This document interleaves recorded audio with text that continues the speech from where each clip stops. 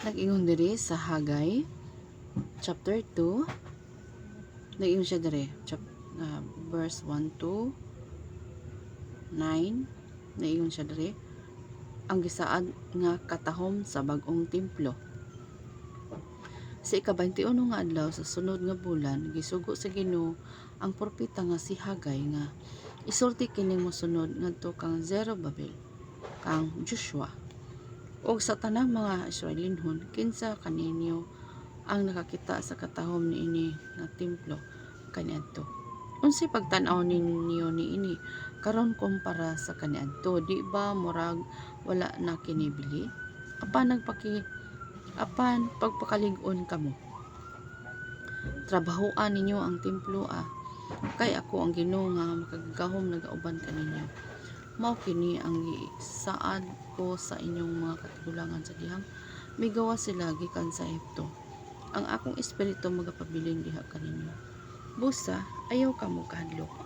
Sa dili madugay, uyugon ko pag-usab ang langit ug ang yuta, ang langit ug ang kalibutan, ang yuta ug ang dagat.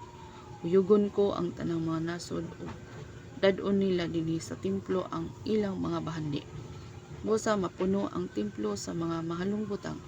Kay ang mga plata ug mga bulawan ako mahimo pang mas matahom kining bag-ong templo kaysa nahauna.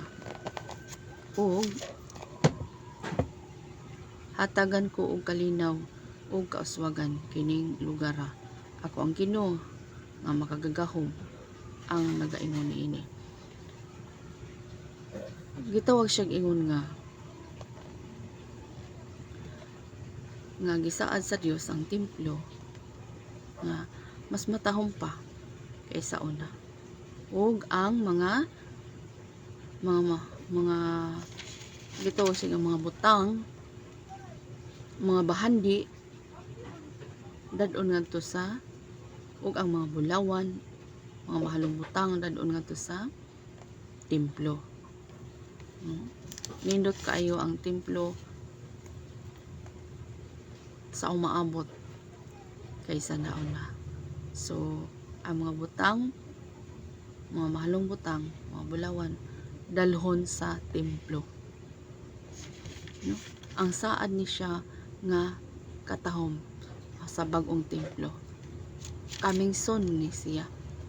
No? Ang Ginoo ra ni baluan ni kano sa siya mo balik. O iyang ibaba din sa kalibutan ang templo nga iyang gibuhat dito sa langit. Iyang ibaba diri sa kalibutan. Ug ang mga bulawan, mga bahandi, mga mahalong butang dalhon ngadto sa katawhan, ngadto sa bag-ong templo. No? Ug diri sa ang saad sa Ginoo kang Zerubbabel, misulti pag-usab ang Ginoo kang Hagay niadtong gihapong adlaw. Niingon siya, sulti si Zerubbabel nga uyugon ko ang langit ug ang kalibutan. Laglagon ko ang mga gingharian ug kuhaon ko ang ilang gahom. Kuhaan ko ang ilang gahom. Tuwaron ko ang mga karwahe ug ang mga nagsakay niini. Mga matay ang mga kabayo ug may mag-unay ug pinatyanay ang mga tig-kabayo. Sultihi usab ang akong alagad nga si Zerubbabel nga padumalahon ko siya. Niya ang adlaw pinaagi sa akong gahom. Kay siya ang akong pinili. Ako ang Ginoo nga makagagahom ang nagaingon niini. So kun ang Ginoo gani magaingon mga higala, di kita kapugong ni ana kay ang Ginoo man maoy nagadeklara ni ana. No? Gamiton si Zerubbabel, no, nga gitawag siya ingon nga sa iyang kinabuhi na nalipay gid ang Ginoo sa iyang kinabuhi. Inana sa punta kita mga higala, mga igsuon nga malipay unta ang Ginoo sa atong mga kinabuhi mientras buhi pa ta ning kalibutan nga mapuslan ta sa Ginoo, no? Mapuslan ta sa Dios. Nga kita sa atong kinabuhi ang mga lagad taong matinud-anon ngadto kaniya, o sa atong pagkamatinud-anon ngadto kaniya nga gitawag sa ingon nga unsa giingon sa Ginoo, pag malig-on kamo no pag malig-on ano man kay uyugo niya ang langit ug ang yuta ug ang dagat niini, no ug ang yuta pagatunawon sa ilabihang kainit.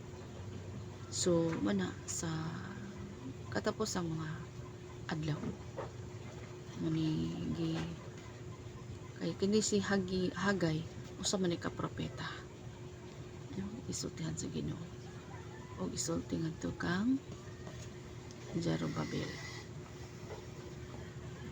God bless.